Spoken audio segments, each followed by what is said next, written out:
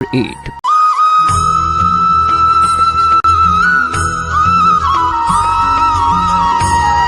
ओम नमः सिद्धेभ्यः। जय श्री ओम नमः सिद्धेभ्यः। जय श्री ओम नमः सिद्धेभ्यः। सर्वमंगल मांगल्यं सर्वकल्याणकारकं प्रधानं सर्वधर्माणां जैनं जयतु शासनम्। पंच परमेष्ठी भगवान की, आचार्य श्री गुरुवर कुंद कुंद महाराज की, आचार्य श्री गुरुवर विद्यासागर महाराज की।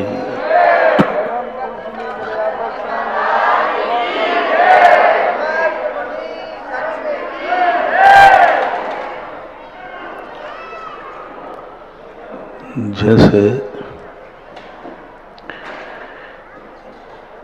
एक ही वस्तु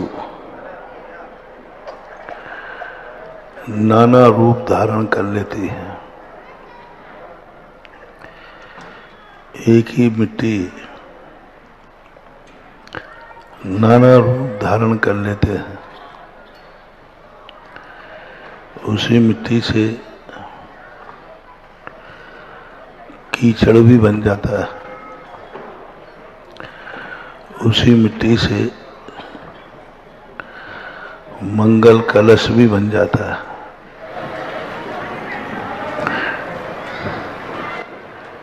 एक ही पाषाण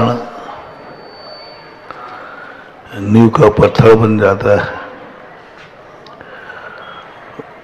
एक ही पाषाण से पाषाण की मूर्ति बन जाती है।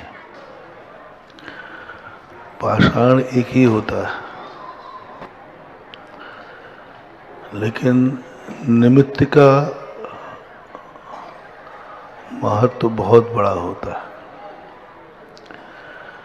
चलो जीव तो निमित्त को मिलाता है, लेकिन जो अजीब हैं, उद्गल हैं, उनका उपादान तो सुप्त रहता है, उसे निमित्त खोजता है। दो प्रकार की परिणति हुई। एक उपादान अपने आप को पवित्र बनाने के लिए निमित्त खोजता है कि हमें कोई अच्छा निमित्त मिल जाए, अच्छा भगवान मिल जाए, अच्छा गुरु मिल जाए, अच्छी संगति मिल जाए, तो हम अच्छे बन जाएंगे। और एक निमित्त खोजता है कि कोई ऐसा उपादान मिल जाए जिस उपादान में भगवान बनने की शक्ति हो, मैं उसे भगवान बना दूं। एक को बनने में आनंद आ रहा है, एक को बनाने में आनंद आ रहा है। एक को पूज्य बनने में आनंद आ रहा है और एक को पूजा करने में आनंद आ रहा है। वे व्यक्ति बहुत महान होते हैं जो स्वयं पूज्य बन जाते हैं, स्वयं महान बन जाते हैं। दूसरे व्यक्ति वे होते हैं जो स्वयं तो नहीं बन पाते, लेकिन दूसरे को बनता हुआ देखकर आनंद की अनुभूति करते हैं, दूसरे को बनाने में विश्वास करते हैं। मैं नहीं बन पाऊंगा, कोई बात नहीं, मैं ऐसी वस्तु को खोजता हूं जो मूर्ति बनने की शक्ति रखता हो। कुम्हार और शिल्पी पहाड़ों में खोजते हैं, खदानों में खोजते हैं, ऐसा कौन सा पत्थर है जिस पत्थर में मूर्ति बनने की शक्ति छुपी है, वो किसी शिल्पी का इंतजार कर रहा है। वो शिल्पी के पास नहीं पहुंच सकता, शिल्पी उसके पास पहुंच जाता है। और जैसे शिल्पी के पास पहुंचता है और जमीन में पड़ा हुआ पत्थर उठा करके एक मूर्ति बना देता है। वह निमित्त इतना आनंदित होता है उस मूर्ति को बना करके कि मैंने एक पत्थर को मूर्ति बना दी। और जब कोई किसी वस्तु की मूर्ति बनाता है, जब कोई किसी के लिए पूज्य बनाता है, जिसमें पूज्य बनने की शक्ति नहीं थी, वह दूसरों को पूज्य बनाता बनाता एक दिन स्वयं पूज्य बन जाता है। दो दशाएं भगवान ने, प्रभु ने व्यवस्थित की जीव के कल्याण के लिए। या तो तुम स्वयं अपने उपादान को जगाओ और उस सद निमित्त को खोजो जो तुम्हारे उपादान को भगवान का रूप दे दे। जो तुम चाहते हो वैसी तुम्हारी जिंदगी बन जाए, जैसा तुम चाहते हो। और यदि तुम वैसा नहीं बन पाते हो तो तुम्हें दूसरा उपाय बताया, तुम उसे खोजो जो महान बनने की शक्ति रखता है, लेकिन वो बन नहीं पा रहा है। यदि तुम्हारा निमित्त मिल जाए तो उसका कल्याण हो जाएगा। या तो कल्याण करो स्वयं अपना, या दूसरे के कल्याण करने में अपना सब कुछ समर्पित करो। या तो स्वयं पूज्य बनो और जो पूज्य बनने की शक्ति रखते हैं या पूज्य बन चुके हैं या बन रहे हैं या बनेंगे, उनके जीवन में तुम निमित्त बन जाओ।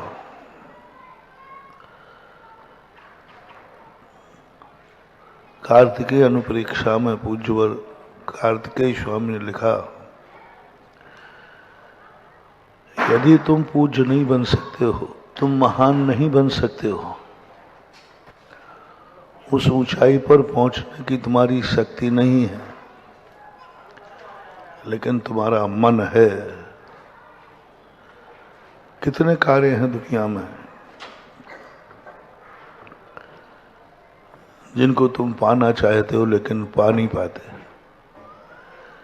कितने रास्ते हैं दुनिया में जिन पर तुम चलना चाहते हो लेकिन चल नहीं पाते। कितने कार्य हैं दुनिया में जो तुम करना चाहते हो लेकिन कर नहीं पाते। बहुत सारे कार्य हैं, बहुत सारी स्थितियां हैं, और उन सारी स्थितियों को क्या मन में ही सजो के रह जाएंगे? क्या अधूरा और अतृप्त होकर व्यक्ति मरेगा? नहीं। कभी व्यक्ति को अधूरे और अतृप्त होकर के नहीं सोना चाहिए। जिंदगी के सुबह भली तुम अधूरे रहो, अतृप्त रहो, लेकिन शाम अधूरे की अनुभूति नहीं होना चाहिए। सुबह तुम खाली हो, मन भी खाली है, तुम्हारे हाथ में कुछ भी नहीं है, तुम रिक्त हो, कुछ भी नहीं तुम्हारे। लेकिन शाम तुम्हारी पूर्ण भरी हुई होना चाहिए, सब तरफ से पूर्णता की अनुभूति होना चाहिए, सब तरफ से तृप्त होना चाहिए।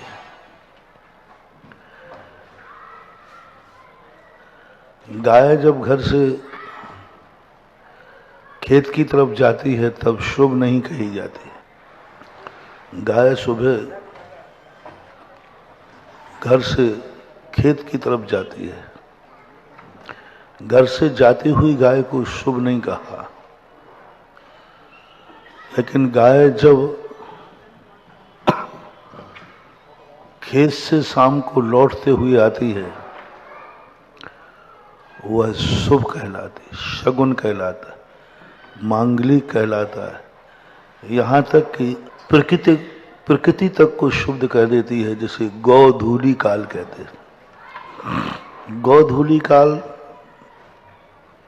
दो होती है, प्रातः काल भी गौधूली होती है, संध्या काल भी गौधूली होती है। प्रातः काल का शुभ सगुन तो आपने सुना होगा। प्रातः काल में स्वयं अपने आप में प्रातः काल शुभ होता है, मांगलिक होता है, ब्रह्म मुहूर्त होता है। लेकिन संध्या काल कभी शुभ नहीं सुना होगा। संध्या काल शुभ नहीं होता। संध्या काल के समय कोई कार्य शुभ नहीं किए जाते। लेकिन प्रकृति ने एक जीव को ऐसा बनाया है जो संध्या काल को शुभ कर देता है। स्वयं के शुभ मुहूर्त तो पंचांगों में लिखे हैं और प्रातः काल सभी के लिए अच्छा कहा, प्रत्यूष काल कहलाता है। लेकिन कहीं संध्या काल शुभ नहीं लिखा। प्रकृति अपने संध्या काल को शुभ नहीं बना पाई। प्रकृति का दिन अस्त होता है और जब दिन अस्त होता है उस समय कोई भी ज्योतिषाचार्य उस समय को शुभ नहीं कहते। लेकिन प्रकृति ने नेचुरल रूप से एक आत्मा में ऐसी शक्ति दी जो वो अशुभ काल को भी शुभ बना देती है। सभी में ये नहीं है। अमावस्या सबसे ज्यादा अशुभ मानी जाती थी, लेकिन महावीर स्वामी में एक ऐसी ताकत थी कि उसी अमावस्या को उन्होंने शुभ बना दिया, दिवाली बना दी। सबसे ज्यादा अशुभ अमावस्या है। मजदूर भी मजदूरी नहीं करता, लेकिन उसी अशुभ अमावस्या को भगवान ऋषभदेव ने कुछ ऐसा कर दिखाया कि वो सारे जगत में दिवाली के रूप में मनाया जाने लगा। और साल भर में सबसे शुभ दिन कौन सा है? दीपावली। दिवाली कहते अरे भाई उनकी तो दिवाली मन रही है, शुभ माना गया। महावीर स्वामी की योग्यता थी। ऐसा ही प्रकृति ने एक गाय को ये ताकत दी। गाय को समस्त जानवरों में गाय को क्यों शुभ मानते हैं? क्योंकि गाय एक ऐसा जानवर है जो सबको दूध पिलाती है, इसलिए नहीं, लेकिन वो संध्या काल को भी शुभ कर देती है। गोधूली काल कहलाता है। गाय सुबह चरने गई थी तब शुभ नहीं थी। जब गाय चर कर के घर लौटती है तो बहुत शुभ माना जाता है, शगुन माना जाता है। क्योंकि वो वहां गई थी जब काल पेट भी खाली था, दूध भी नहीं था, कुछ नहीं था उसके पास। लेकिन जब वो लौट के आई तो पेट भी भरा हुआ था, स्तनों में दूध भी भरा हुआ था और अपने बेटे के प्रति ललक थी, कब मैं अपना सब कुछ जो मैंने दिन भर में दूध उत्पन्न किया है मैं अपने बेटे को दे दूं, उसका पेट भर दूं। गोधूलि का ये शक्ति के कारण से गाय मांगलिक और शुभ होती है, क्योंकि वो काल को भी शुभ कर देती है, अशुभ को भी शुभ कर देती है। मानव जाति के लिए भी एक गॉड गिफ्ट है। या तो तुम स्वयं इतने सगुन बन जाओ, शुभ हो जाओ, किसी मंगल की तुम्हें जरूरत ही नहीं पड़े, किसी के संबंध में तुम्हें सोचना विचारना ही नहीं पड़े। या फिर तुम सुबह से सुबह भली तुम उदासीन रहो, सुबह तुम भली खाली रहो, लेकिन जब शाम को घर लौटो तो पूर्ण तृप्त होकर, पूर्ण होकर के खुशहाली के साथ लौटना चाहिए। तो तुम्हारा लौटना भी तुम्हारे परिवार के लिए शगुन और शुभ सूचक होता है। साधु 24 घंटे मंगल होता है और ग्रस्त शाम को मंगल होता है। साधु तुम्हारी तरफ मुख करके आवे घर की तरफ तो मंगलिक कहा, शुभ कहा। भगवान सदा मांगलिक होते हैं। आपके घर के लिए कौन मंगल है? सबसे बड़ा मंगल है घर के लिए जब पुरुष शाम को घर लौटता है, यदि वो भरा हुआ लौटता है, खुशहाल होकर लौटता है, समझ लेना उस घर का शगुन ही शगुन है। इसलिए मैं सदा कहता हूं, प्रातः काल तुम जाते समय कितनी टेंशन में जाओ, अधूरे होके जाओ, देखो आज क्या होता है, व्यापार के लिए जा रहा हूं, कुछ नहीं अपने पास, क्या पता, जितने टेंशन करना है जाते समय करो। जब घर लौटते समय पहले से ही अपने चेहरे को दर्पण में देख लिया करो। तुम लोग उल्टा करते हो, घर से जब जाते हो तब दर्पण देख कर जाते हो, थोड़ा चेहरा देख लूं है? और मैं कहता हूं घर को जब आओ तो दुकान पर दर्पण देखकर घर आओ तो सगुन ही सगुन है। तुम वहां से घर से निकले दर्पण देख लो, दुनिया को क्या दिखाना, दुनिया का क्या मंगल करना। लेकिन जब तुम घर की तरफ लौटो तो दुकान पर चेहरा देख लेना, क्योंकि तुम घर के सदस्य, जब भी तुम घर जाओगे सबसे पहले तुम्हारा चेहरा देखेंगे। यात्रा से घर लौटोगे तो घर के सभी सदस्य तुम्हारा चेहरा देखेंगे, और तुम्हारा चेहरा हंसते हुए दिख गया तो घर वालों का शगुन हो गया,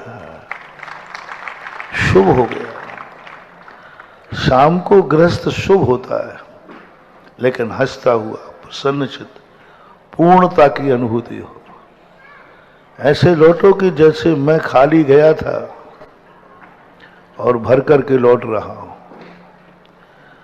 टेंशन में गया था, टेंशन मुक्त लेके लौट रहा हूं। खाली हाथ गया था, भरे हाथ लौट रहा हूं। और यही जिंदगी का है। बचपन की जिंदगी जरूर रोते हुए जन्म लेती है, लेकिन व्यक्ति को मरते समय हंसते हुए मरना चाहिए,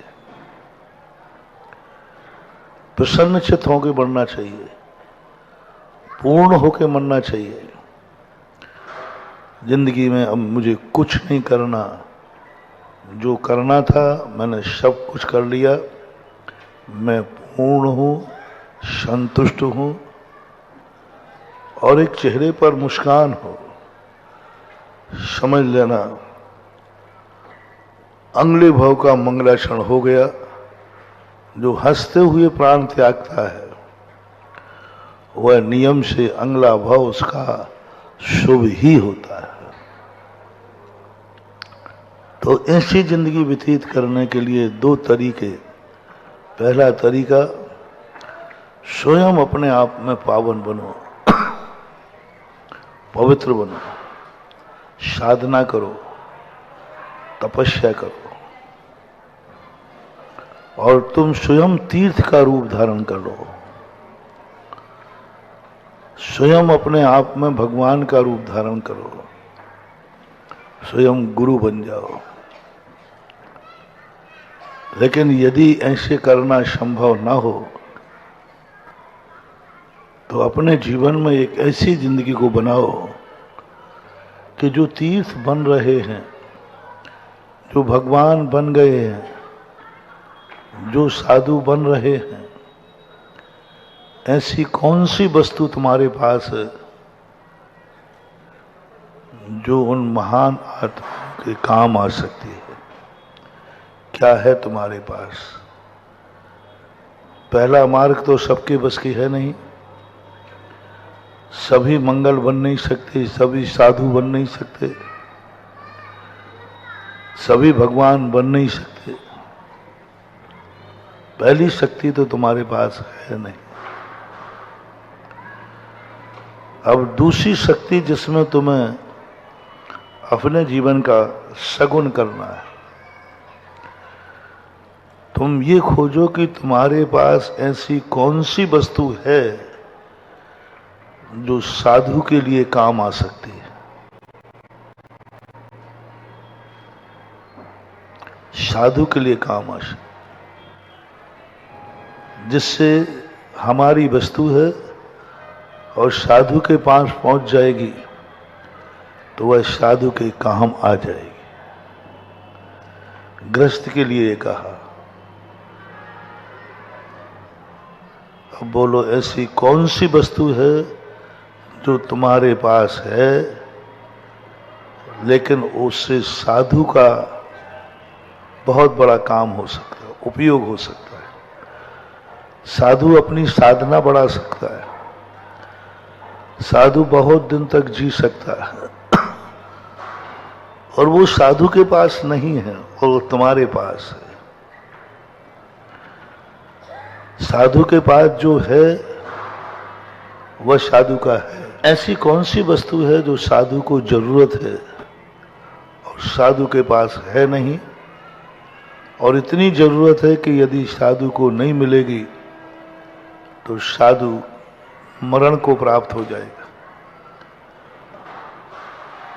और यदि मिल जाए तो साधु की साधना हो जाएगी। बोलो, कौन सी चीज है ऐसी? आहार। साधु के पास नहीं है लेकिन साधु को जरूरत है। यदि साधु को आहार नहीं मिले तो या तो मुनि पद छूट जाएगा और या फिर समाधि हो जाएगी। तो जिनेंद्र भगवान ने गृहस्थ से कहा, तुम साधु नहीं बन पा रहे हो, कोई बात नहीं, तुम्हारे पास जो वस्तु हो वह वस्तु तुम साधु को समर्पित करो, जिससे वह साधुता की आवश्यकता की पूरी हो जाए। तो गृहस्थ को सर्वश्रेष्ठ दान कहा आहार दान। अब गृहस्थ साधु नहीं बन पाया लेकिन उसके पास जो वस्तु थी वह साधु के काम होने से अपने भोजन करने के पहले उसको साधु को दे दिया। तो प्रकृति कहती है, तू आज साधु बनने में समर्थ नहीं है लेकिन तूने अपनी वस्तु साधु को दी, जिससे साधु ने अपने रत्नत्रय की रक्षा की। कल तेरे अंदर साधु बनने की शक्ति आ जाएगी, अपने आप आ जाएगी। क्योंकि तूने अपनी वस्तु से साधु की साधना बढ़ा दी। साधु बीमार हो जाता है, साधु के पास औषधि नहीं है, तुम औषधि दे देते। मुझे कमंडल पिछी चाहिए, मेरे पास नहीं है। आज के युग में मेरे पास और खास तौर से नहीं है। अब साधु के पास यदि पिछी नहीं है तो साधु 7 कदम से ज्यादा नहीं जा सकता। साधु उतनी दूर तक जा सकता है, बस 7 कदम बिना पिछी के। 7 कदम के बाद फिर पिछी के बिना चलेगा ही नहीं। और साधु के पास पिछी है नहीं, पिछी के बिना चलेगा नहीं। तो जिनवाणी कहती है, गृहस्थ तुम पिछी नहीं ले पाए, कोई बात नहीं, तुम पिछी बनाकर एक साधु को भेंट कर दो, तुम पूर्णता की ओर हो जाओगे। तुम्हारा कार्य पूर्ण हो गया। 2 व्यक्तियों ने जीवन का अंत किया। एक व्यक्ति ने साधु बन के किया और एक व्यक्ति ने साधु की आवश्यकता की पूर्ति कर दी। दोनों को एक समान रूप से कहा, इन दोनों ने अपना कार्य कर लिया।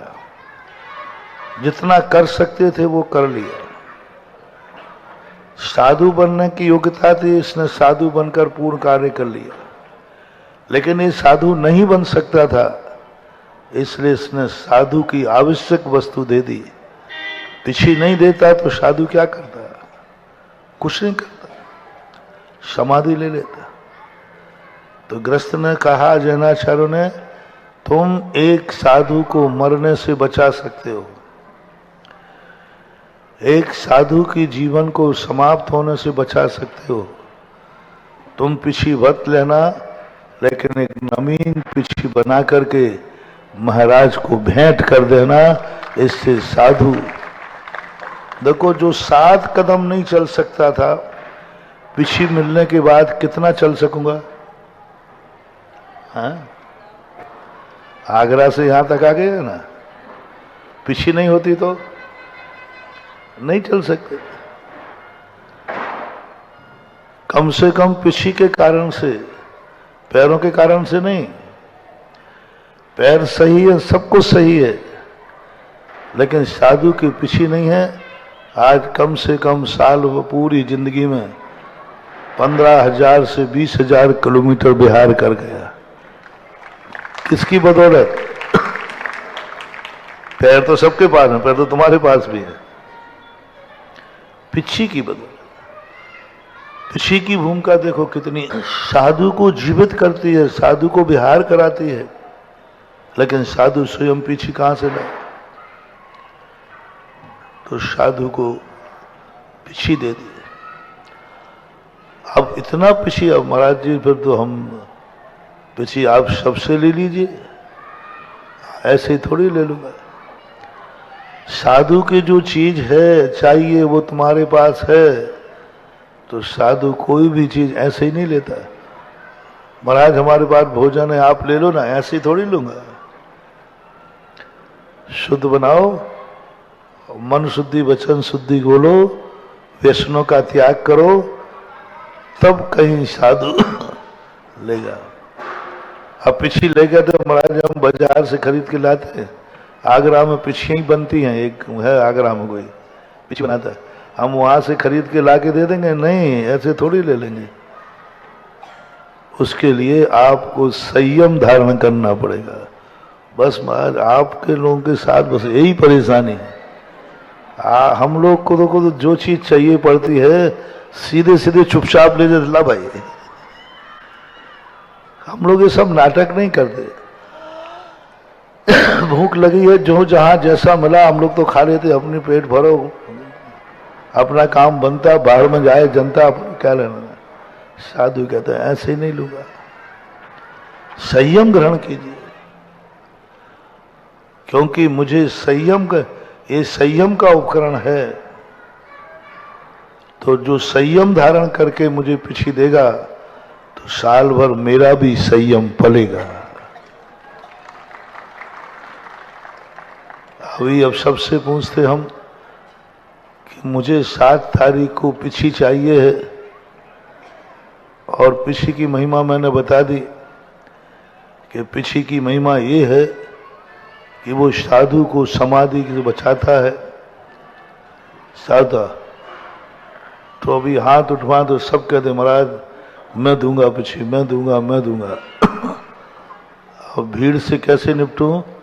तो ने कहा जो आजीवन ब्रह्मचर्य व्रत लेगा वह पिछी हमें देगा। बस सबके हाथ नीचे।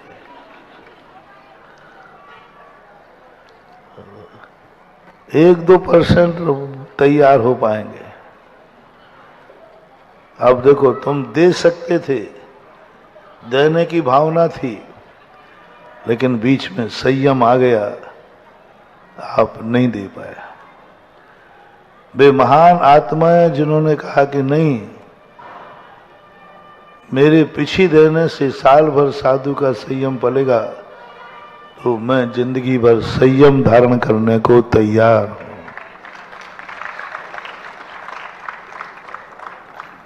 उपकरण दान, कमंडल दान। शुद्धि नहीं होगी, हम नदी नाले के पानी से शुद्धि नहीं कर सकते, स्वयं कुएं से पानी नहीं खींच सकते,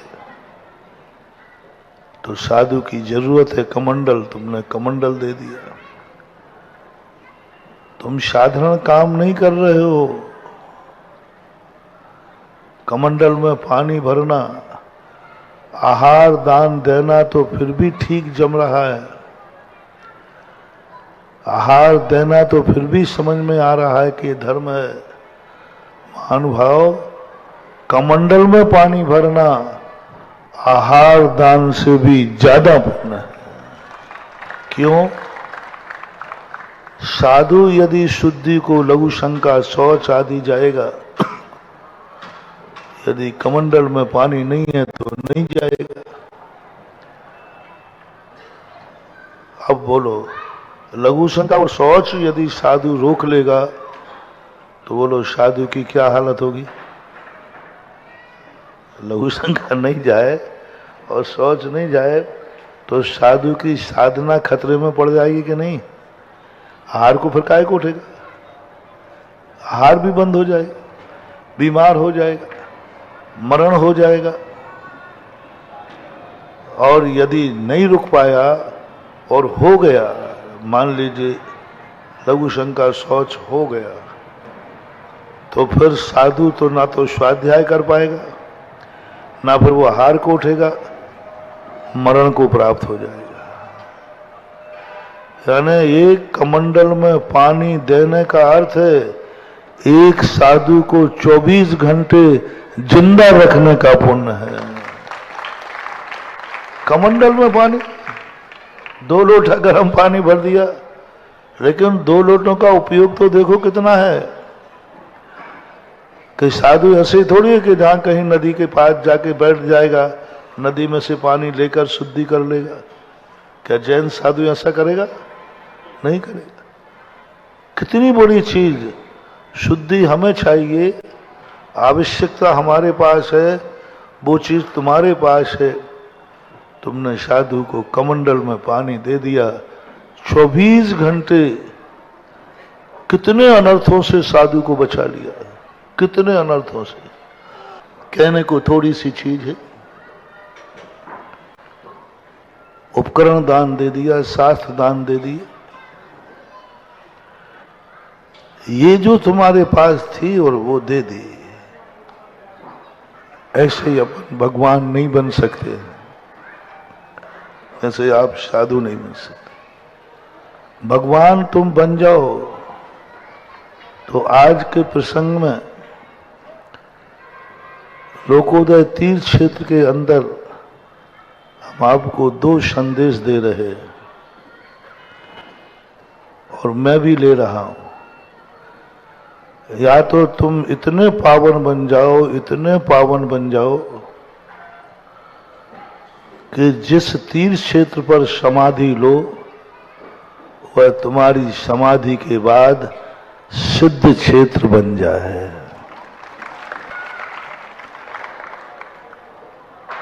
कौन कौन मरेगा? ऐसे नहीं मरना भैया, गड़बड़ नहीं करना। पहले बताओ, जो मरेगा उसके मरने के बाद ये लोकोदय तीर्थ क्षेत्र सिद्ध क्षेत्र बन जाएगा, गारंटी वो देना है। तो फिर मैं भी माला फेरूंगा, हे भगवान जल्दी मर जाए, 7 दिन में ऊपर चला जाए। क्यों? क्योंकि उसके मरने से क्या हो जाएगा? बोलो ना। अरे इससे बढ़िया और क्या होगा? अपन आए थे अतिशय क्षेत्र बन के और जाए सिद्ध क्षेत्र बना करके।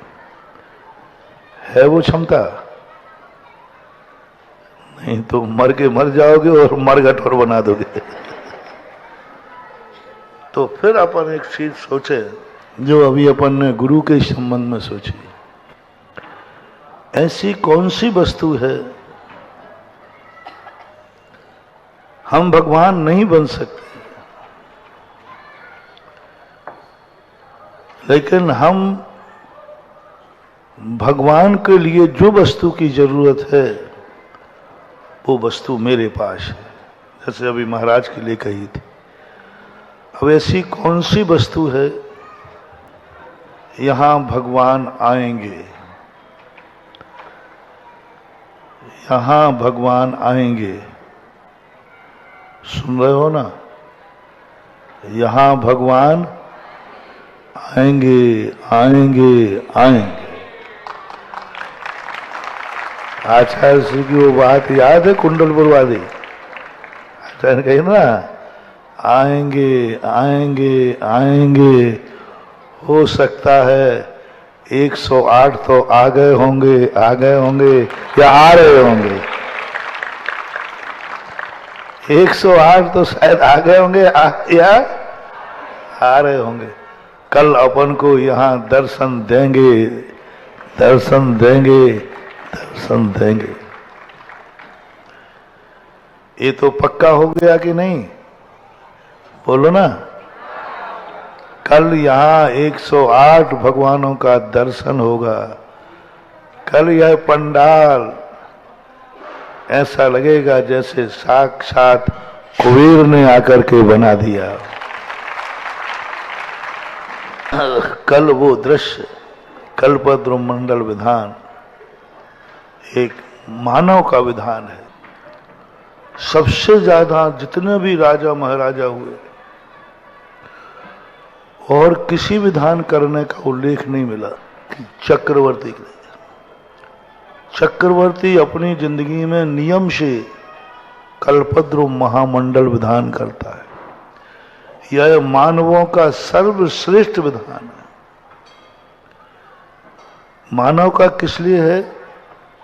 क्योंकि इसका नाम कल्पद्रुम है। कल्पद्रुम का अर्थ होता है जो मोक्ष और संसार दोनों लक्ष्मियों का बैलेंस बनाता है। इधर तुम्हें धन लक्ष्मी भी, पारिवारिक लक्ष्मी भी, और उधर पारमार्थिक लक्ष्मी, दोनों का योग ऐसा बनाता है कि तुम्हारे पास खूब धन आएगा, लेकिन तुम्हारा धन पापों में न जाकर अच्छे कार्य में जाएगा। कल्पद्रुम मंडल विधान से पुण्यानुबंधी पुण्यबंध होता है। इसलिए चक्रवर्ती, प्रत्येक चक्रवर्ती कल्पद्रुम महामंडल विधान करता है। पूरे 6 खंड की प्रजा को बुलाता है पत्रिका के द्वारा। 6 खंड, जाओ मंत्री हमारी संपूर्ण 6 खंड की प्रजा को निमंत्रण करो, हम कल्पद्रुम महामंडल विधान कर रहे हैं। सारी जनता इस कल्प वृक्ष के नीचे बैठ करके पुण्यानुबंधी पुण्य करे, ऐसा परिणाम करता है वो चक्रवर्ती। मानव को अपनी जिंदगी में एक बार कल्पद्रुम महामंडल विधान जरूर करना चाहिए, क्योंकि ये मानव की चरम पूजा है। सिद्ध चक्र मंडल विधान तो मोक्ष के लिए मूल रूप से किया जाता है, जिसमें समस्त कर्मों का क्षय होता है। सिद्ध चक्र मंडल विधान में तो क्षय होता है, संकट आया तो संकट का क्षय, जो बीच में बाधक बनते हैं उनका क्षय होता है। लेकिन कल्पद्रुम मंडल विधान से तो वह पूर्ति होती है जो हम जन्म जन्म तक प्राप्त नहीं कर पाते, वो कल्पद्रुम से भंडार भरता है। चक्रवर्ती सबसे बड़ी अक्षय निधियों का निमित्त बनाता है कल्पद्रुम मंडल विधान को, और वो भी इतना कल्पद्रुम किमिक्षक दान देता है, किमिक्षक पूजाएं करता है, क्योंकि ये कल्पद्रुम तुम्हारे संसार को भी संभालेगा, संसार की में भी श्री वृद्धि होगी, संसार में तुम्हें कभी अभाव में नहीं जीना पड़ेगा, क्योंकि यह साक्षात समोषण की कल्पना की जाती है। और विधानों में समोषण नहीं होता, अन्य विधानों में भगवान होते हैं लेकिन भगवान का वैभव नहीं होता। जितने भी विधान होते हैं सब में भगवान होंगे लेकिन भगवान का वैभव नहीं होगा। सिद्ध चक्र, इंद्रध्वज, जितने भी विधान हमने देखे सभी विधानों में भगवान हैं लेकिन भगवान का वैभव नहीं होता। मात्र एक कल्पद्रुम महामंडल विधान है जहां भगवान अपने पूर्ण वैभव के साथ बैठते हैं, पूर्ण वैभव, और भगवान का पूर्ण वैभव है समोषण, अष्टप्रातिहार, मानस्तंभ, चैत्र वृक्ष, 8 परकोटे, अष्टभूमियां, पूरा सर्व 46 गुणों से संबंध देखे जाते हैं। अन्य विधानों में 46 गुण से संपन्न भगवान कभी नहीं बैठते देखे हम, मूर्ति आ जाती है, लेकिन 46 मूल गुणों से मंडित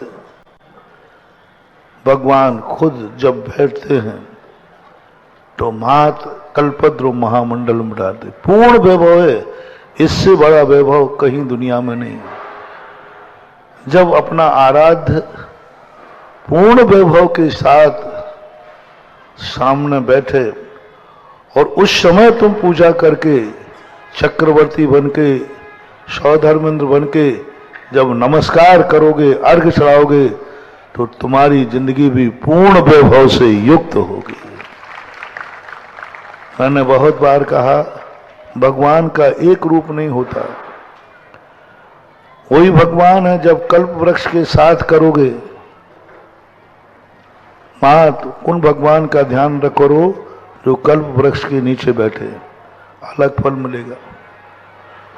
मात भाग छत्र के द्वारा बैठे भगवान, भगवान वही है लेकिन छत्र युक्त का ध्यान करो, भगवान वही है, चवर का करो ध्यान, चवर ढूंढ रहे हैं भगवान बैठे, वही ध्यान करो भामंडल युक्त का, पुष्प वृष्टि का, सबका अलग अलग, बिल्कुल अलग अलग पुण्य है, अलग अलग एनर्जी है।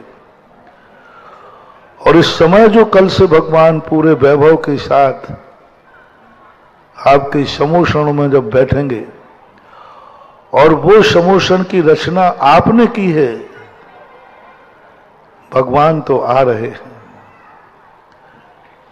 लेकिन जो भगवान को आए हुए भगवान को पहले से ही समोषण का तैयार करके रखेगा, बस यही तो है। सौधर्मेंद्र कहता है, कुबेर तू कैसे एक भवतारी हो गया, आज समझ में आया कि तूने भगवान के आते ही तूने सबसे पहले पूर्ण वैभव के साथ समोषण की रचना तैयार करके रख दी है। जिन जिन लोगों ने समोषण लिए महानुभाव, अभी लग रहा होगा कि महंगे हैं, लेकिन कल जब तुम्हारे बने हुए समोषण पर भगवान विराजमान होंगे और उस समोषण पर बैठ करके तुम जब पूजा करोगे, जब 3 करोड़ के 30 करोड़ और 300 करोड़ लौट के आएंगे, तब फिर मैं कहूंगा अब ब्याज भी मुझे दो,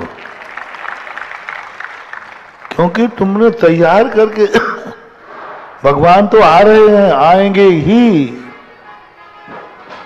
लेकिन उनको उच्चासन देना, और वो उच्चासन तुमने तैयार किया, कुबेर बनकर के तैयार किया, और उस पूर्ण वैभव को है ना, देखना भगवान को जरूरत है वैभव की, और वैभव तुम्हारे पास है, भगवान के पास नहीं। यही कुबेर की प्रशंसा यही कहता है। शोधर्मेंद्र कहता है कुबेर क्या बात है,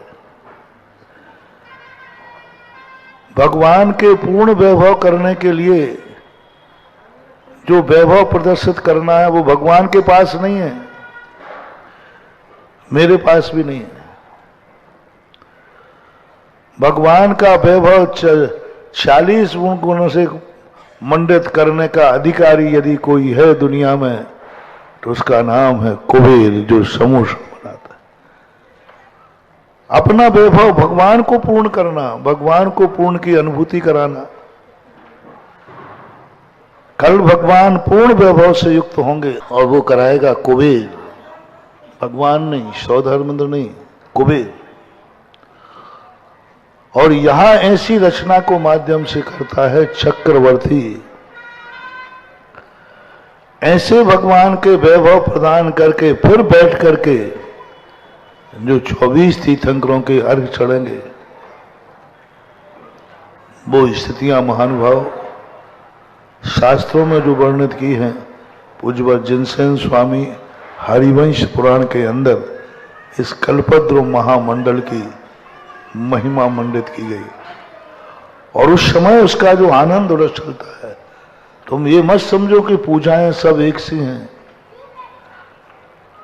पूजा आप किस निमित्त को लेकर कर रहे हो? भगवान को निमित्त से कर रहे हो।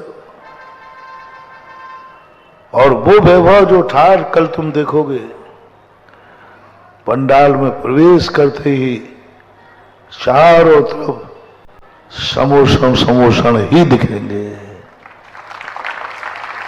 और जब आप उसके ऊपर बैठकर परिवार सहित बैठ करके जो अपना समय निकालना, महानुभाव 100 काम छोड़ देना, एक दिन समोषण में बैठ के पूजा करना, मुझे दिखता है कि तुम 7 दिन उठ के ही नहीं जाओगे। तो ऐसी स्थिति को लेकर भगवान के पास आज भगवान कल 7 दिन के लिए आ रहे हैं। मेरा नेचर थोड़ा उल्टा है, मैं कोई अस्थायी काम नहीं करता,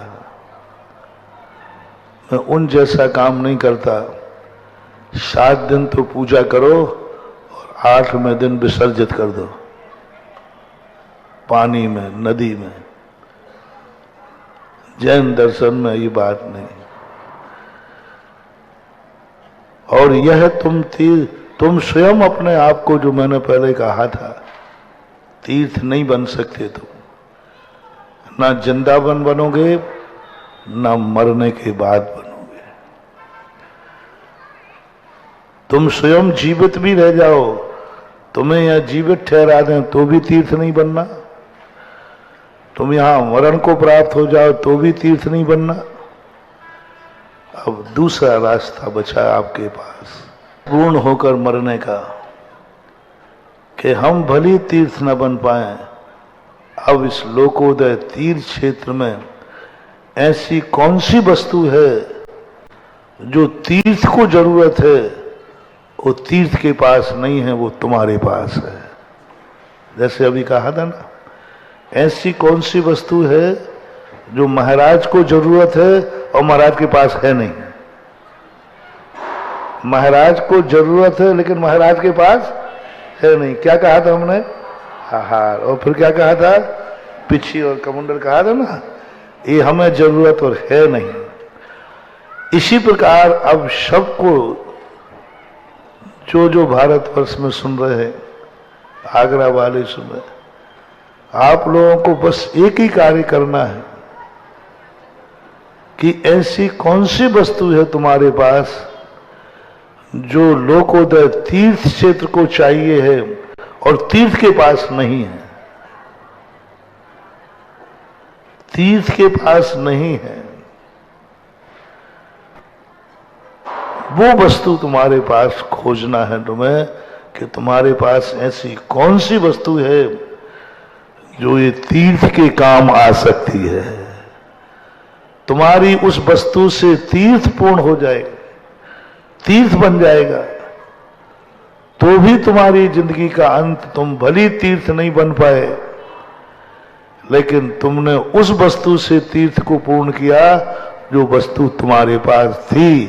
तब भी प्रकृति कहती है कि तुम एक आध भाव के बाद स्वयं तीर्थ बनने लायक हो जाओगे।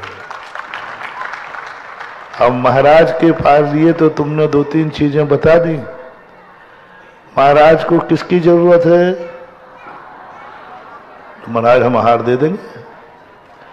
महाराज को किसकी जरूरत है? पीछे की, वो भी कोई ना कोई मिल ही जाएगा। आगरा में 2-4 मिल ही जाएंगे जो मुझे साल भर के लिए पीछे दे देंगे। इतने असंयमी थोड़ी हैं कि 2-4 भी नहीं मिले। हम नहीं मिले तो कोई बात नहीं, हम इसी से चला लेंगे, नहीं बदलेंगे और क्या, लेकिन मिल जाएंगे, कोई ना कोई मिल, बाहर से आ जाएंगे, मिल जाएगा। तो ये तो छोटा मामला था। अब भगवान वाली बात है। एक दिन भगवान ऐसे यहां आएंगे जो आएंगे तो, लेकिन कभी जाएंगे नहीं। कल जो भगवान का दर्शन होगा वो तो आएंगे भी, और एक दिन ऐसा होगा कि भगवान आएंगे तो सही लेकिन भूमि ने कह दिया कल मैं तीर्थ बनने को तैयार हूं, और आज मैं पूरी भूमि का सुबह से चक्कर लगाया है। आप लोगों की मेहरबानी रही कि सुबह से आप लोग नहीं आए तो मेरा काम हो गया। नहीं तो तुम प्रवचन में बैठा देते तो फिर गड़बड़ हो जाता है। मैंने कहा नहीं, आज सुबह का टाइम पूरी भूमि को अपने पैरों से जहां जहां तक नाप सकता था 3-4 किलोमीटर घूम के आया। भूमि ने तो कह दिया कि मैं तीर्थ के लायक हूं, और भगवान की भी अनुमति होगी कि वो आएंगे, लेकिन आने के पहले भगवान को क्या क्या चाहिए है वो चीजें तुम्हारे पास हैं, तो वो कौन कौन सी चीजें हैं जिससे तीर्थ बनता है, और तुम्हारे पास है वो, तीर्थ के पास नहीं है। उन वस्तुओं को छांटो, उन वस्तुओं को समझो क्या है तुम्हारे पास। सारांश रूप में है धन। शावक को मात्र एक धन, और सब तुम्हारे पास कुछ भी नहीं। तुम्हारा मन बहुत चंचल है, मन लगता नहीं, ध्यान तुमसे होता नहीं, तुम्हारी वाणी भी ठीक नहीं है, तुम्हारे काया से भी कुछ ना कुछ गड़बड़ होता है। मात्र एकमात्र नीतिकार सोमदेव, यदि गृहस्थ के पास धन न हो तो वह धर्म को पूर्ण करने का अधिकारी नहीं बन पाता। धर्म करता है लेकिन मन मार के, खोस करके, ये कोई धर्म है क्या? ऐसे भाव करता। पूर्ण होकर के यदि कोई धर्म करा सकता है ज्ञान, तो मात्र एक धन एक ऐसी चीज है गृहस्थ को पूर्ण धर्मात्मा बना सकती है। धन और कुछ नहीं कर सकते। व्रत आदि तो कितने लोग कर पाते, शेष लोग क्या दुर्गति जाएंगे? धन की गति मोड़ना है, धन कमाना नहीं है। धन है उसकी गति मोड़ना है, दिशा मोड़ना है। अभी तक धन की दिशा भोग विलासता और संसार थी, अब धन को मोड़ना है लोकोदय तीर्थ की तरफ। और धन के माध्यम से ऐसी अमर कृतियां, कल्पना करो यहां जब मंदिर बनेगा, 24 बनेगी, और इधर सैकड़ों लोग बसों में जाने वाले, पीछे से ट्रेन में चलने वाले, कितने लोग, कल्पना करो जैन धर्म की प्रभावना क्या। और कब तक के लिए? अमर कृति। धन हाथ का मैल है, मर जाओ तो छूटेगा, सरकार की नीयत खराब हो जाए तो चला जाएगा, चोर की नीयत खराब हो जाए तो चला जाएगा, हाली बीमारी हो जाए तो चला जाएगा, और आंख बंद हो जाए तो पड़ा रह जाएगा। धन जो तुमने मेहनत से कमाया है, परिश्रम से कमाया है, तुम कहो कि बच्चे लोगों के काम आएगा, कुछ नहीं आता महानुभाव। बाप की कमाई बच्चों को ज्यादा फलती नहीं। पूत कपूत तो का धन संचय, पूत शपूत तो का धन संचय। यदि पूत कपूत है, उसकी किस्मत ठीक नहीं है, तो कितने जोड़ के रख जाओ वो सब बर्बाद कर देगा। और सपूत है तो तुम्हारी संपत्ति की जरूरत नहीं, वो तुमसे ज्यादा कमा के दिखा देगा।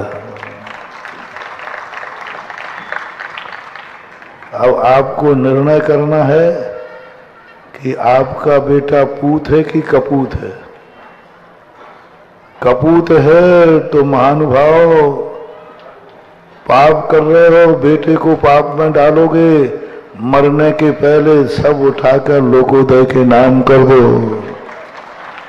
नहीं तो वो कपूत सब उड़ा उड़ा के खा जाएगा वैष्णव में, और पाप तुम्हें लगेगा क्योंकि तुम्हारे पैसे के बल पर वो पाप करेगा। और सपूत है तो चिंता मत करो, तुम्हारे मरने के बाद वो सारी संपत्ति तुम्हारी लोकोदय में दे देगा, तुम्हें पुण्य लगेगा ही नहीं, बेटा पुण्य कमाएगा। एक बेटा ऐसा हुआ था, उसने बहुत कहा पापा से, पापा देखो मैं आपकी संपत्ति का उपभोग नहीं बेटा, मैंने सब तेरे लिए कमाया है। बोले मेरे लिए कमाया है? मैं तो नहीं करूंगा, मैं खुद इतना कमाता हूं कि मेरी संपत्ति मेरे पास है। पिता ने कहा कि नहीं मैं तो नहीं दूंगा, तेरे लिए कुछ तो छोड़ के जाऊंगा। जैसे पिता मरे, अर्थी उठाने के पहले ही उसने पूरी जायदाद उठाना सब मंदिर में दान दे दी। अब देखो शपूत था, उसने पुण्य कमा लिया, तुमने पाप ही कमाया। क्यों बेटों को इतना समर्थ नहीं बनाते हो? सही पिता वह है जो अपने बेटे को इतना समर्थ बना दे कि उसको तुम्हारी संपत्ति की जरूरत ही न पड़े, तुम्हारी संपत्ति की जरूरत ही नहीं पड़े। बेटे को इतना योग्य बना दो ना, और वो अपनी संपत्ति के लिए अपने इच्छानुसार धर्म में दान पुण्य कर सके, तो तुम आज भी सेठ हो, कल भी सेठ रहोगे। तो अब आपको ये सोचना है कि जब भगवान स्थायी यहां आएंगे, तुम्हारी क्या तैयारी है? कल भगवान आएंगे, वो तो तैयारी तुम देख रहे हो। इतने जल्दी तो देवता भी नहीं कर पाते जितने जल्दी ये काम हो रहा है। हाँ, लगे हैं कुछ लोग। 2 दिन में कोई पंचकल्याण के जैसी तैयारियां देखो, ऐसे लग रहा है जैसे कि महीनों से तैयारी चल रही है। अब उन भगवानों की, जब 7 दिन की, अब उन भगवानों की तैयारी करना है जब भगवान इस दुनिया में स्थायी रूप से आए इस क्षेत्र पर, तब तुम्हारा क्या रहेगा यहां, तुम्हारी क्या तैयारी है। उस समय भगवान देखेंगे कि मेरे आने के पहले किस किस ने हमारे लिए क्या तैयारी की है, क्या तैयारी है। मेहमान जब आता है तो यही तो देखता है कि मेरे लिए क्या क्या तैयारी है, कितना रिस्पेक्ट कर रहे हैं, किस किस ने क्या यहां तैयारी की है। आगरा में हजारों घर हैं, हजारों परिवार हैं, किसने मेरे आने के पहले तैयारी की है, किसने मंदिर बना के तैयार रखा है, किसने भूमि दान दे के भूमि तैयार की है, किसने मंदिर की 24 बनाने का वेदी बना के तैयार की, किसने क्या दिया है। जब उस दिन जब पंच कल्याणक होगा, उस दिन सबका जो कुछ भी तुमने धन लगाया होगा, उस दिन मैं ब्याज के भेंट में मिलेगा तुम्हें। और उस समय जो वरदान की सिद्धि होगी वो एक अद्भुत होगी। इसलिए जब अपन महान नहीं बन पाए तो अपने पास जो वस्तु है, क्या वो महान व्यक्ति के काम आएगी? महान आत्माओं को वो जरूरत है, लेकिन उनके पास नहीं है वो वस्तु।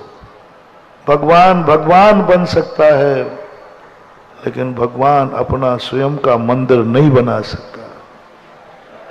भगवान बन सकता है, मंदिर नहीं बना सकता। क्यों? हम साधु बन सकते हैं, स्वयं के लिए आहार नहीं बना सकते। क्यों? क्यों? अरे बनाना सीख ले, एक दिन में बनाना आ जाए। साधु बन सकते हैं, तो साधु की जो आवश्यक वस्तुएं हैं उनकी पूर्ति साधु स्वयं क्यों नहीं करता? पिछी स्वयं को लेना है तो स्वयं बनाकर ले लेवे ना, कमंडल स्वयं अपने आप में बना लेवे ना, भोजन चाहिए तो स्वयं आहार बना लेवे ना, क्यों नहीं? प्रश्न आना चाहिए। भगवान बन सकता है तो भगवान अपना मंदिर क्यों नहीं बना सकता? क्या वो बना नहीं सकता? असमर्थ है? क्या बनाने की शक्ति नहीं है? चलो आज अपन एक प्रस्ताव पास करते हैं। जब तुम भगवान बनते हो तो अपने रहने का मकान बनाओ। हम लोग तो अपना खुद जन्म लेते हैं तो अपना खुद का बना लेते हैं। चलो हम भगवान से कहते हैं, भगवान अब आगरा में आओ तो तुम आप ही खुद आकर के आपको रहना है, आप अपना मंदिर स्वयं बना लेना। ये भी प्रस्ताव पास करो। महाराज जब आप महाराज बने हो तो आपको जो जो चीजें की जरूरत है वो आप स्वयं बना लेना, हम नहीं करेंगे। आहार चाहिए महाराज को, महाराज आहार चाहिए कि नहीं? हाँ चाहिए, तो आप खुद बना लिया करो। प्रस्ताव पास करूं? नहीं कोई बात नहीं, अपन क्या अपनी मर्जी, प्रस्ताव पास करो। हिम्मत हो तो करके दिखाओ, हिम्मत हो तो करके दिखाओ, मुझे चिंता मत करो। महाराज देख लो हम आगरा वाले हैं, सब पागल होते हैं। प्रस्ताव पास कर देंगे, फिर आप बाद में नहीं कहना हाँ तुम करो तो सही। कि महाराज जो बने हैं, महाराज को जो जो चीज की जरूरत है वो महाराज खुद का इंतजाम खुद करें। भोजन का इंतजाम स्वयं करें, पिछी कमंडल का करें, जो उनको चाहिए सब महाराज खुद करें। और भगवान को मंदिर चाहिए तो भगवान का मंदिर भी स्वयं बनाए। उनको रहना है तो वो भूमि स्वयं अपनी खरीदें और बनाए। कर सकता हूं प्रस्ताव। तो मत पूछना कि क्या होगा, हमारे महाराजों का क्या होगा, महाराजों की छोड़ो। हमारा क्या होगा वो तो मैं बाद में बताऊंगा। तेरा क्या होगा रे कालिया, वो सोच ले।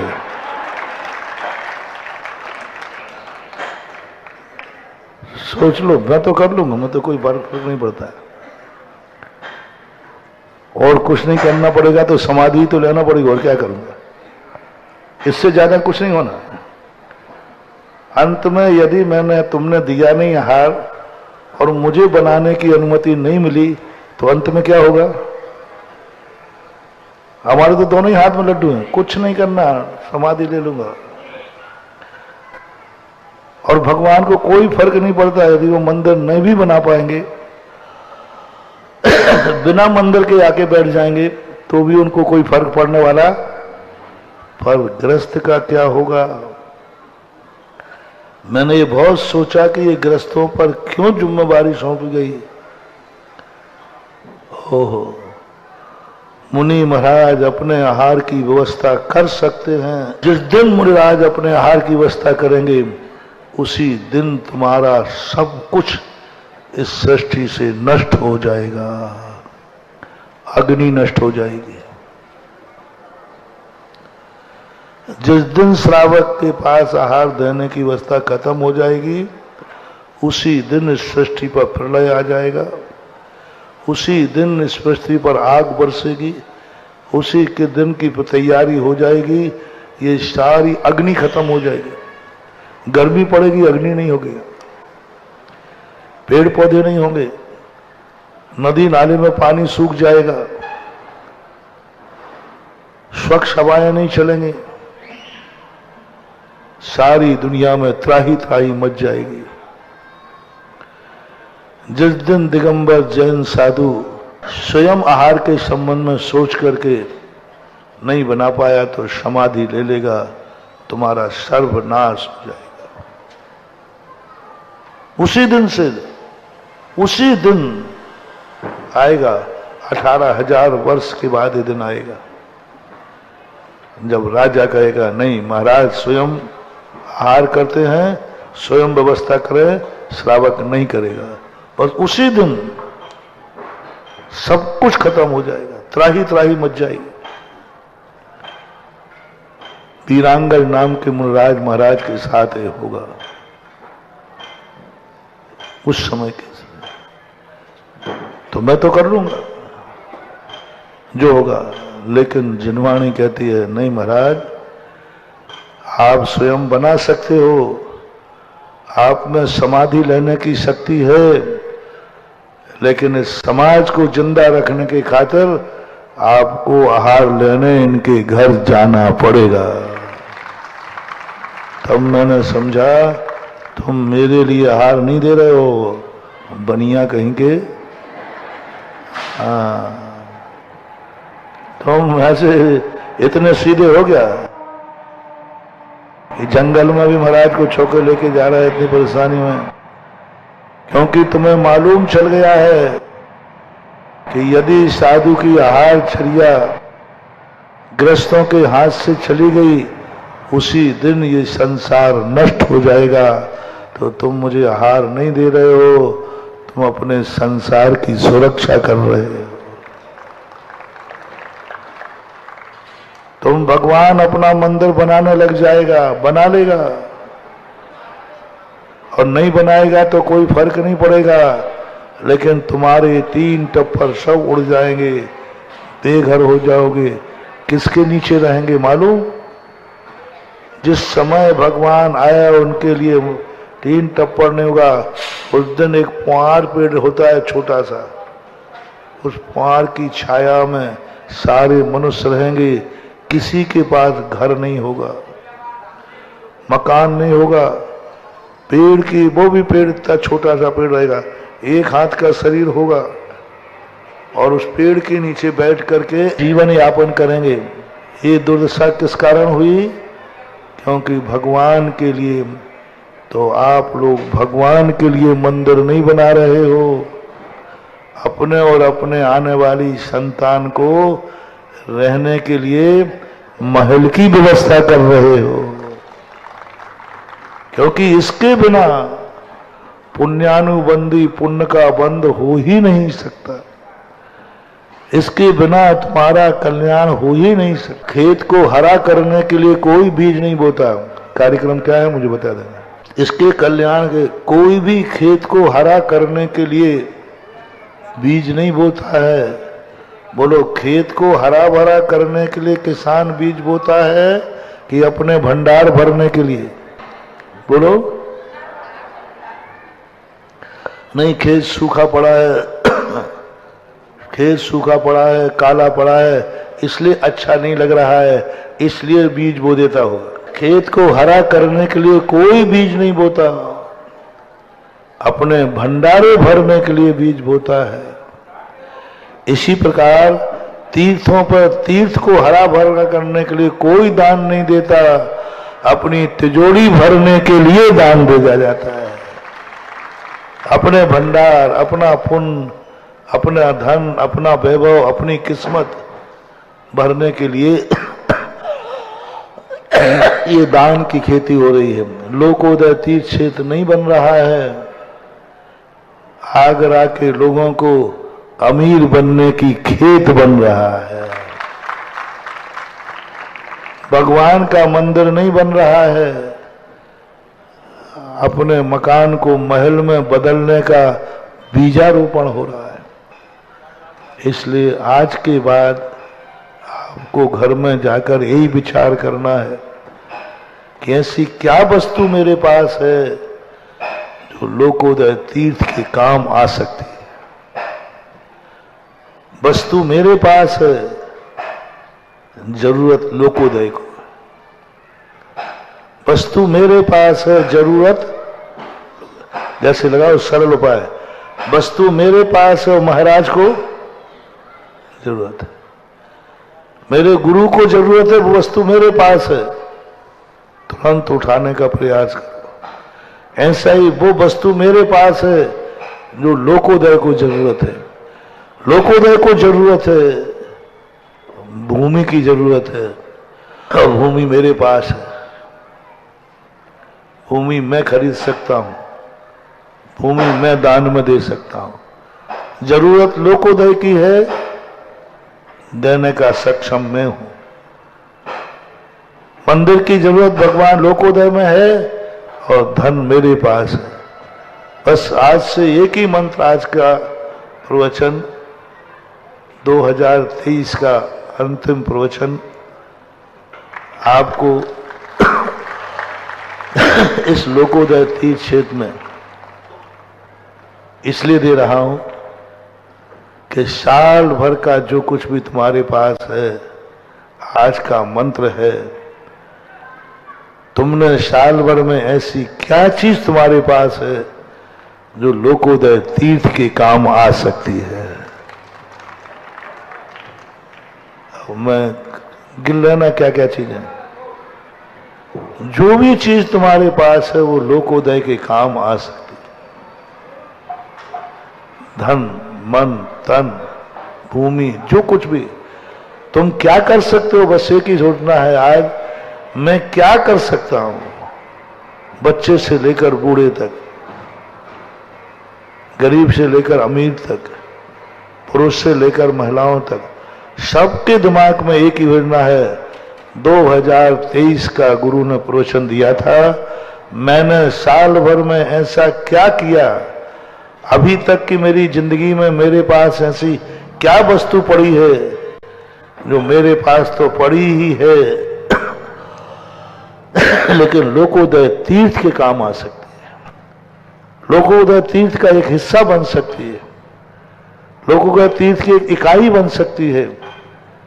इस संपत्ति से हम लोकोदय तीर्थ के एक भागीदार बन सकते हैं। और जब भगवान यहाँ आएंगे और जब वो अपना लेखा देखेंगे, अरे इसमें तो मेरा नाम भी, इसका नाम भी है, पूरा बही खाता देखेंगे, इस लोकोदय में किन किन का अंश है, तब वो नाम देखेंगे कि अरे इसने भी यहाँ पर कोई ना कोई अंश दान दिया था। किसी ने भूमि में, किसी ने मंदिर में, किसी में सहस्कूट में, किसी ने ट्रस्टी बन करके कि नहीं इतना बड़ा तीर्थ क्षेत्र बन रहा है तो मैं इसको कैसे सुरक्षित करूं, मैं इसको संचालित करूंगा, मैं इसको संचालित करूंगा, मैं इसकी व्यवस्था करूंगा। ये ताकत मेरे पास है, जो ट्रस्टी बन रहे हैं ये भी कम नहीं है।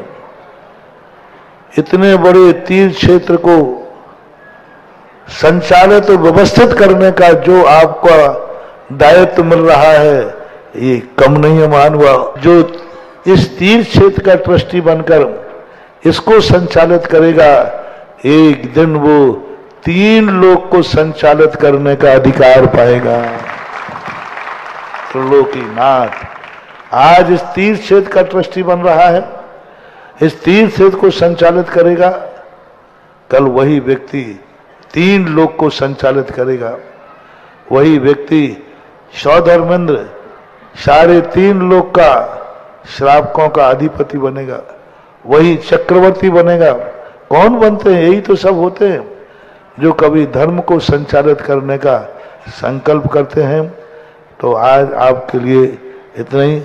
कल से तो यहाँ का नज़ारा कुछ अलग ही होगा। कल का नज़ारा अभी तो मेरी आंखों में, मैं तो पहले ही से देख लेता हूँ, आप लोग कल देखोगे। और इस भूमि पर जहाँ बैठे हैं, इस भूमि की महिमा तो मैंने कल बता ही दी थी। हर व्यक्ति, जो व्यक्ति की आंख खुलती है और यही लोकोदय, उसी की आत्मा कहती है वाह क्या चीज है।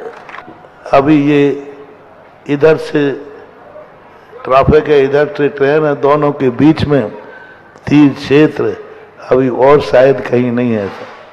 तीर्थ क्षेत्र हो एक आध जगह तो पता नहीं, लेकिन बहुत बड़ा रूप बन रहा है।